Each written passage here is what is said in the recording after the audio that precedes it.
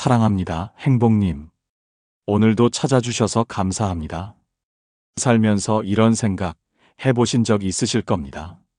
나는 분명 진심으로 잘해줬는데 왜 자꾸 사람들한테 무시당하지?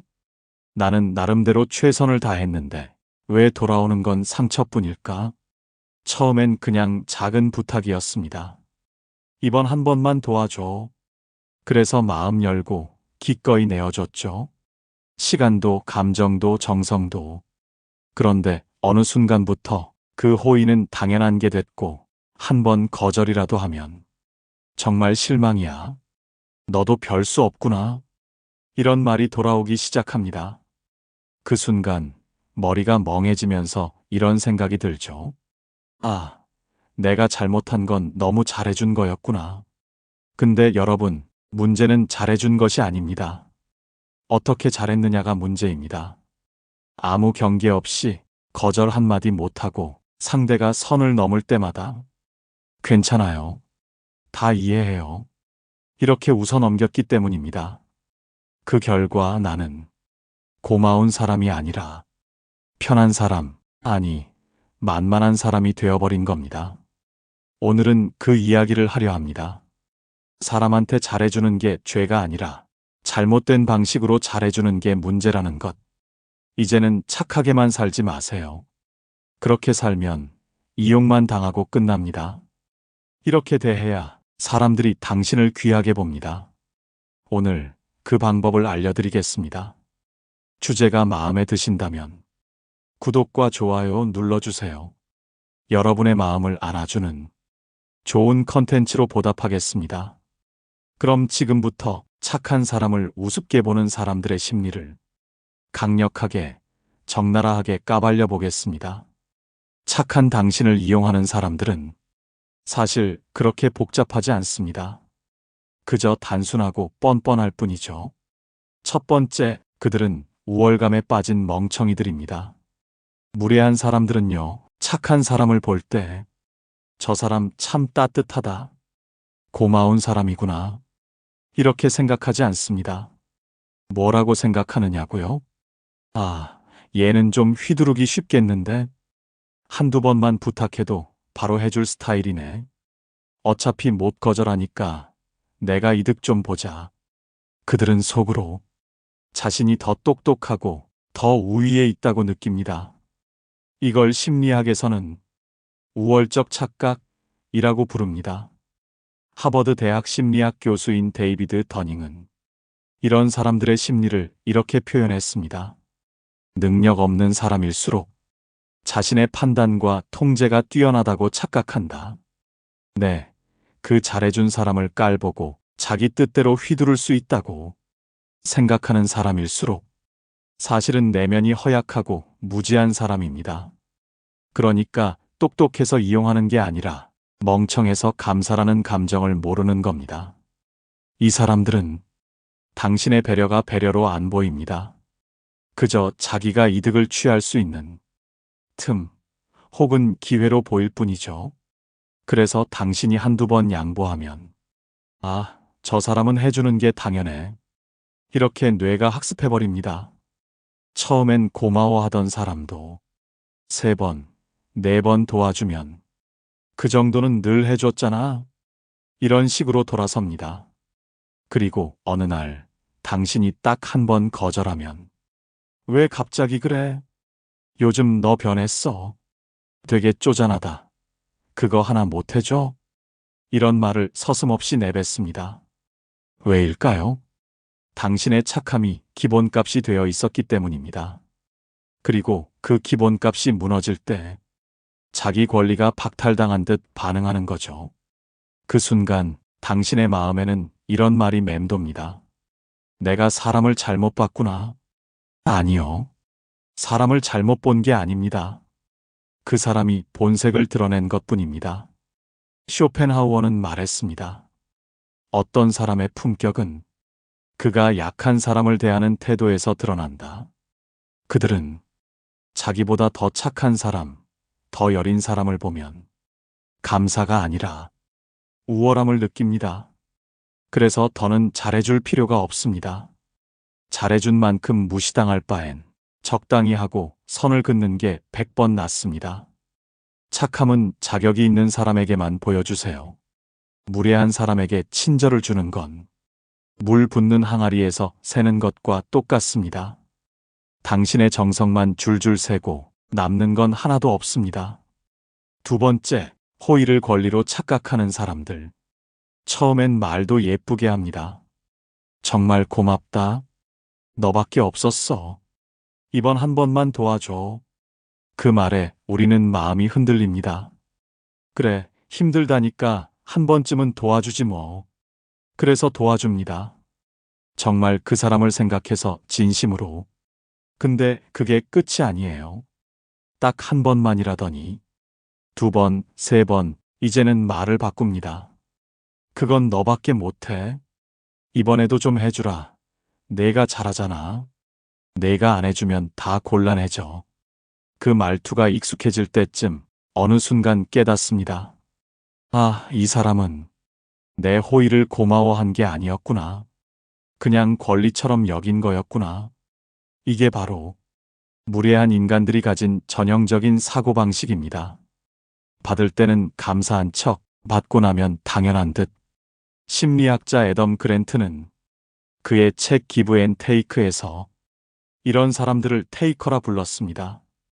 테이커는 당신의 배려를 진심이 아니라 기회로 여긴다. 그리고 한 번의 성공적인 수락이 있으면 그 다음엔 요구를 시작한다.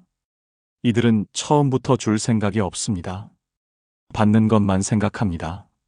그리고 당신이 거절하는 순간 순식간에 얼굴을 바꿉니다.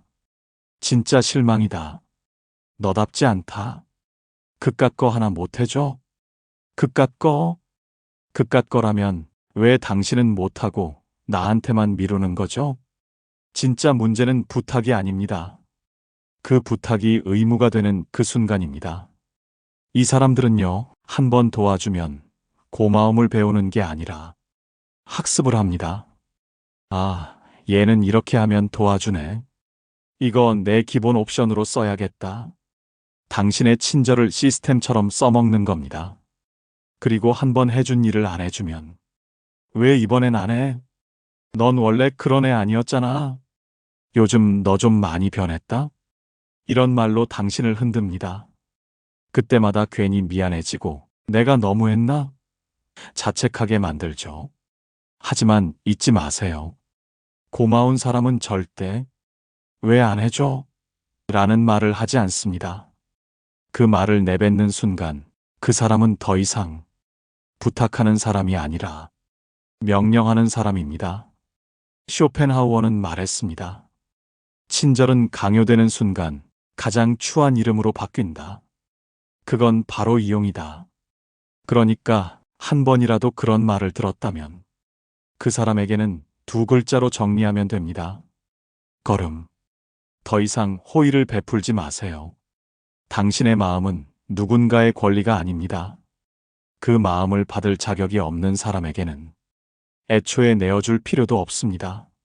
세 번째, 죄책감을 무기로 삼는 교활한 사람들. 이 사람들은요, 직접 화내지도 않습니다. 대놓고 강요하지도 않아요. 대신 아주 교묘하게 당신의 착한 마음을 찌릅니다. 내가 아니면 누구한테 말하겠어. 넌 내 편이잖아. 내가 안 도와주면 나 진짜 끝이야. 부탁할 사람 너밖에 없어서 그래. 이런 말을 들으면 어떻게 무시하겠습니까? 우린 괜히 죄책감이 들고 안 해주면 나쁜 사람 될까봐 결국 또 도와줍니다. 그런데 도와줬더니 어때요? 그 사람이 달라졌나요? 아니죠. 도와줄수록 요구는 더 늘어나고 거절하면 서운한 티 팍팍 냅니다. 아, 알겠어. 뭐 네가 그렇게 생각한다면 어쩔 수 없지. 그래, 기대한 내가 바보지 뭐. 됐어. 다음부터는 너한테 이런 부탁 안 할게. 이런 말 들으면 속이 미어지고 괜히 내가 나쁜 사람이 된 것처럼 느껴지죠. 이게 바로 죄책감을 이용한 심리 조종입니다. 심리학에서는 이것을 정서적 조작이라고 부릅니다. 이 유형은 논리가 아닙니다. 논리로는 내가 옳아도 감정적으로는 내가 진 것 같은 상황이 벌어지죠. 그리고 무서운 건 이 사람들은 그것까지 계산하고 있다는 겁니다. 내가 거절하면 상처받은 척, 도와주면 다음에도 자연스럽게 또 요청. 내가 한 번 망설이면 너 변했네? 너 요즘 왜 그래? 하고 내 감정을 흔듭니다. 이쯤 되면 부탁이 아니라 감정으로 협박하는 거죠. 심리학자 수잔 포워드는 착한 사람 콤플렉스라는 책에서 이런 조종형 인간에 대해 이렇게 말했습니다. 그들은 늘 피해자의 가면을 쓴 가해자다. 당신의 양심과 죄책감을 자극해 결국엔 모든 책임을 당신에게 떠넘긴다. 맞습니다. 이런 사람들은 절대 자기 입으로는 이건 내 책임이야라는 말을 하지 않습니다. 대신 이렇게 말하죠. 넌 날 이해 못해. 내 입장도 좀 생각해줘. 너 아니면 누구한테 말하겠어? 이 말들의 공통점이 뭔지 아십니까? 다 당신이 뭔가 잘못한 것처럼 만드는 말입니다. 정작 이용당하고 있는 건 나인데 왜 내가 미안해야 하죠? 왜 내가 죄책감에 시달려야 하죠? 그 이유는 단 하나, 그 사람이 죄책감을 무기로 쓰고 있기 때문입니다. 쇼펜하우어는 이런 사람을 두고 단호히 이렇게 말했습니다. 상대의 감정에 휘둘리는 것은 칼 없는 전쟁에서 스스로 무장해제하는 것과 같다. 이제 무장해제하지 마세요. 감정적으로 몰아가는 사람에게 내가 나쁜 사람인가? 이런 생각부터 버리세요. 진짜 나쁜 사람은요, 당신의 착함을 죄로 만들고 자신의 요구를 의무처럼 밀어붙이는 그 사람입니다. 자, 이제 아셔야 합니다. 상대가 나쁜 건 맞습니다. 하지만 계속 당하고만 있다면 이제는 내가 대처를 바꿔야 할 때입니다. 더 이상 그냥 착한 사람이 아니라 똑똑하고 현명한 사람으로 당당히 살아갈 수 있는 방법입니다. 그래야 진짜 나를 귀하게 여기는 사람들만 내 곁에 남게 됩니다. 지금부터 그 6가지 방법 하나씩 알려드릴게요. 첫 번째, 죄책감 대신 분노를 느끼세요. 내가 너무했나? 이런 생각 한 번쯤 해보신 적 있으시죠? 사실은요, 우리가 너무한 게 아니라 너무 잘해준 겁니다. 처음엔 진심이었습니다. 좋아서 도와준 거고 마음이 같기 때문에 한 겁니다. 하지만 어느 순간부터 상대방은 그 호의를 당연하게 여기기 시작합니다. 그거 하나 못 해줘? 넌 원래 그런 사람 아니었잖아. 난 너만 믿었는데. 이런 말들이 쏟아집니다. 그 말을 들은 우리는 내가 너무했나? 하고 자책하게 됩니다. 하지만 잘 들여다보면 그 감정은 죄책감이 아닙니다. 그건 억울함입니다. 내가 준 마음이 무시당했을 때, 내가 보여준 배려가 짓밟혔을 때 느껴지는 정당한 감정입니다. 이 억울함은 참아야 할 감정이 아닙니다. 표현해야 할 감정이고 내 경계를 지키기 위해 꼭 필요한 분노입니다. 철학자 쇼펜하우어는 이렇게 말했습니다. 모욕은 우리가 그것을 참을 때 더 깊어진다. 이 말은 곧 내가 침묵할수록 상대는 더 나를 깔본다. 는 뜻이기도 합니다. 그러니 이제는 생각을 바꾸셔야 합니다. 지금까지는 죄책감이 착한 마음인 줄 알았지만 이제는 알아야 합니다. 나를 지키는 분노는 나쁜 것이 아닙니다. 오히려 가장 건강한 감정입니다. 착한 사람이 단단해질 때 가장 품위 있는 강자가 됩니다. 더 이상 휘둘리지 않고 더 이상 속으로만 끙끙 앓지 마세요. 그 사람을 위해 사는 인생이 아니라 나 자신을 위해 살아가는 인생. 그 첫걸음이 바로 죄책감이 아니라 분노를 선택하는 용기입니다. 두 번째, 한계를 명확하게 선포하세요. 착한 사람이 가장 많이 놓치는 게 하나 있습니다. 바로 경계입니다. 상대는 자꾸 다가옵니다. 이번엔 진짜 마지막이야. 너니까 부탁하는 거야. 내가 안 도와주면 큰일이야. 당신은 한 번 더 도와줍니다. 그 사람은 한 걸음 더 들어옵니다. 그리고 어느 순간 당신의 좋음은 당연한 일이 되어버립니다. 그럼에도 불구하고 우리는 이런 말을 참 어려워합니다. 그건 못하겠어요. 이번엔 도와드릴 수 없습니다. 여기까지만 할게요. 왜일까요? 착한 사람일수록 거절은 미움받는 일처럼 느껴지기 때문입니다. 하지만 진실은 정반대입니다. 당신의 한계를 인정하지 않는 사람은 애초에 당신을 진심으로 대하지 않았던 사람입니다. 심리학자 브레네 브라운은 말합니다. 가장 따뜻한 사람들은 자기 경계가 분명한 사람들이다. 왜일까요? 자기 마음을 지킬 줄 아는 사람만이 진짜 타인을 존중할 수 있기 때문입니다. 그래서 이제 이렇게 말해보세요. 죄송하지만 이번엔 어렵습니다. 이건 제가 감당할 수 있는 일이 아닙니다. 저도 제 삶을 먼저 챙겨야 해서요. 그리고 만약 그 사람이 정말 실망이야. 넌 변했어. 이런 말을 한다면 이렇게 답하세요. 거절했다고 실망하는 사람이라면 처음부터 나를 있는 그대로 존중한 게 아니겠죠? 이 말은 싸우자는 말이 아닙니다. 내가 나를 귀하게 여긴다는 선언입니다. 상대가 깜짝 놀랄 수도 있습니다. 하지만 동시에 그들은 깨닫게 됩니다. 아, 이 사람은 더 이상 만만한 사람이 아니구나. 사람의 진짜 힘은 모두에게 좋은 사람으로 남는 데서 오지 않습니다. 멈출 줄 아는 순간 그 사람은 비로소 존중받는 사람이 됩니다. 지금까지 너무 많이 내어주셨다면 이제는 멈추셔야 합니다. 그리고 그 자리에 나를 지키는 선을 단단히 그으세요. 세 번째, 미안해요. 대신 고마워요를 말하세요. 혹시 이런 경험 있으신가요? 정말 작은 일에도 아이고 미안해요. 신경 쓰게 해서 죄송해요. 제가 괜히 부탁드렸죠? 이렇게 미안함부터 꺼내는 습관. 사실 우리 세대에게는 민폐 끼치지 않는 사람이 예의 바른 사람으로 여겨졌습니다. 하지만요, 자꾸 미안하다고 말하는 사람을 보면 사람들은 이상하게도 더 쉽게 선을 넘습니다. 왜냐고요? 자기도 모르게 이 사람은 늘 낮은 자세를 취한다 라고 느끼기 때문입니다. 그래서 이런 말 자주 듣게 됩니다. 왜 이렇게 별것도 아닌 걸로 미안해하세요? 괜찮다니까 왜 그래요? 상대가 괜찮다고 했는데도 우리가 계속 사과하면 결국 우리의 마음만 더 작아집니다. 그럴 땐 미안해요. 대신 이렇게 말해보세요. 신경 써주셔서 정말 고마워요.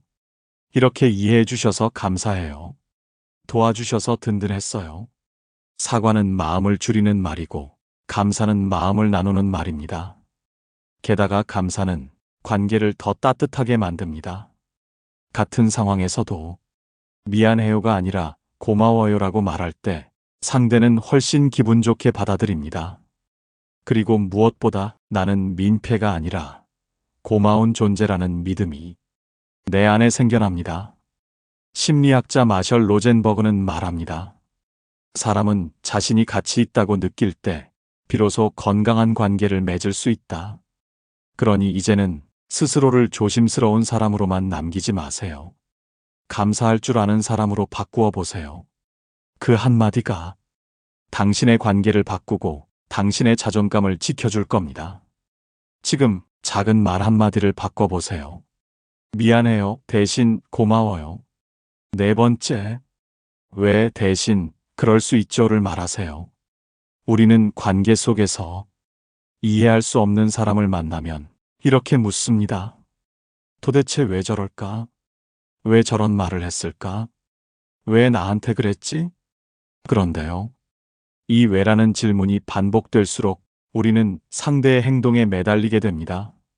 상대의 말과 태도에 감정이 휘둘리고 그 사람을 해석하느라 내 에너지가 계속 소모되죠. 사실 이 왜라는 말 뒤에는 내가 이해할 수 있는 수준 안에 넌 좀 들어와 줬으면 좋겠다는 무의식적인 기대가 숨어 있습니다. 하지만 모든 사람을 이해할 수는 없습니다. 그리고 모든 관계가 해결될 필요도 없습니다. 그럴 땐 이렇게 말해보세요. 그럴 수 있죠. 저 사람은 저럴 수도 있겠다. 나는 안 하지만 저런 사람도 있긴 하지. 이건 포기가 아닙니다. 내 감정을 지키는 방식입니다. 모든 상황에 반응하지 않고 거리를 둘 줄 아는 사람만이 자기 중심을 지킬 수 있습니다. 미국의 정신과 의사 데이비드 번은 말합니다. 건강한 사람은 모든 사람을 이해하려 하지 않는다. 그 말처럼 관계를 지혜롭게 이끌고 싶은 사람은 왜 저럴까? 보다는 그럴 수도 있겠다고 말할 줄 알아야 합니다. 이 말 한마디가 당신을 상처에서 지켜주는 심리적 울타리가 되어줄 겁니다. 5번째, 모든 걸 설명하려 하지 마세요.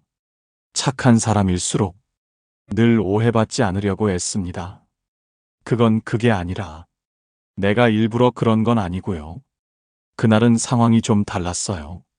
설명하고 해명하고 이해시키려 노력합니다. 하지만 이상하게도 그럴수록 상대는 더 깔봅니다. 왜냐하면 계속 설명하는 사람은 스스로를 불리한 입장에 둔다는 인상을 주기 때문입니다. 나는 잘못이 없어요라고 말하는데 그 모습이 오히려 뭔가 캥기는 게 있으니까 저러나 이런 생각을 불러오게 되죠. 설명은 진심이 통하는 사람에게만 하는 겁니다. 이미 당신을 의심하고 비난하기로 마음먹은 사람에게는 100번 말해도 소용없습니다. 그럴 땐 이렇게 말해보세요. 제 입장은 충분히 말씀드렸습니다. 더 이상 말하지 않아도 될 것 같아요. 믿고 싶지 않으시다면 어쩔 수 없죠. 이건 냉정한 태도가 아니라 스스로를 지키는 태도입니다. 나를 믿어주지 않는 사람에게 끝없이 나를 증명하려 들지 마세요. 그 시간에 나를 알아봐주는 사람에게 마음을 써야 합니다. 철학자 아우렐리우스는 말했습니다. 남의 판단에 휘둘릴수록 내 삶은 점점 남의 것이 된다. 당신 삶의 주인은 당신 자신입니다. 모든 걸 설명하고 납득시키는 삶에서 이제는 나는 나대로 충분하다는 믿음으로 당당히 나와 함께 걸어가세요. 6번째, 맞춰주기보다 존중받기를 선택하세요.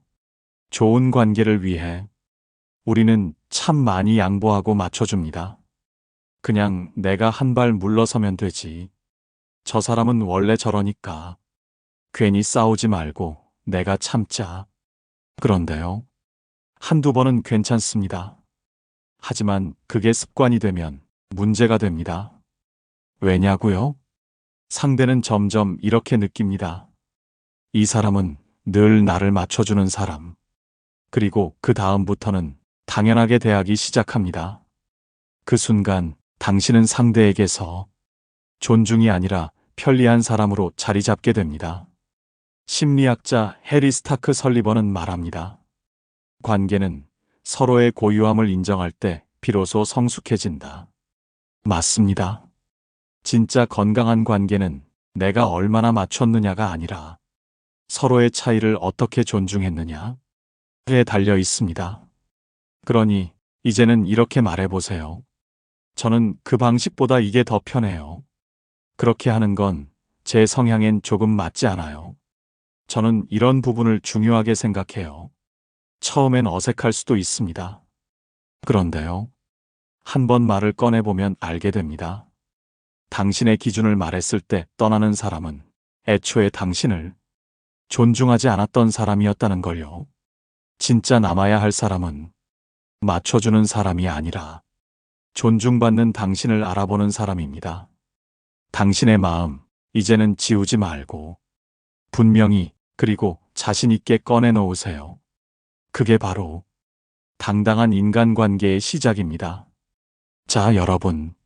지금까지 좋아서 해준 일이 당연하게 여겨지고 배려가 만만함으로 바뀌는 관계에서 우리가 어떻게 나를 지킬 수 있는지 6가지 방식을 함께 나눠봤습니다. 어떤가요? 우리가 그동안 상처받았던 이유, 이제 조금은 보이시지 않나요? 그동안 우리는 좋은 사람이 되려고 참 많이 애썼습니다. 하지만 이제는 좋은 사람에 머물지 않고 나를 귀하게 여기는 사람으로 바뀌어야 할 때입니다. 그래서 오늘 이 말을 꼭 기억해 주셨으면 좋겠습니다. 우리는 이미 충분히 멋진 사람입니다. 상대를 위해 너무 많이 내려놓았을 뿐 우리의 마음과 품격은 결코 작지 않았습니다. 그러니 이제는 외면받는 착함보다 존중받는 단단함으로 나아가세요. 마음을 지키는 말, 경계를 세우는 용기, 그리고 스스로를 귀하게 여기는 태도. 그것이 결국 우리의 인간관계를 바꾸고 삶을 바꾸게 될 것입니다. 오늘 영상이 당신 안에 단단한 멋을 깨우는 시작이 되길 바랍니다. 지금까지 함께 해주셔서 고맙습니다. 오늘 영상을 보며 여러분은 어떤 생각이 드셨나요? 여러분의 경험과 생각을 댓글로 나눠주세요. 여러분의 이야기가 누군가에게 큰 위로와 깨달음이 될 것입니다. 오늘도 끝까지 시청해주신 여러분께 깊은 감사를 드립니다. 오늘 영상이 도움이 되셨다면 소중한 분들께 공유해 주시고 구독과 좋아요로 저를 응원해 주세요. 여러분과의 소중한 연결이 저에게 큰 힘이 됩니다. 오늘도 여러분의 행복을 빕니다. 이상으로 행복 주문서였습니다.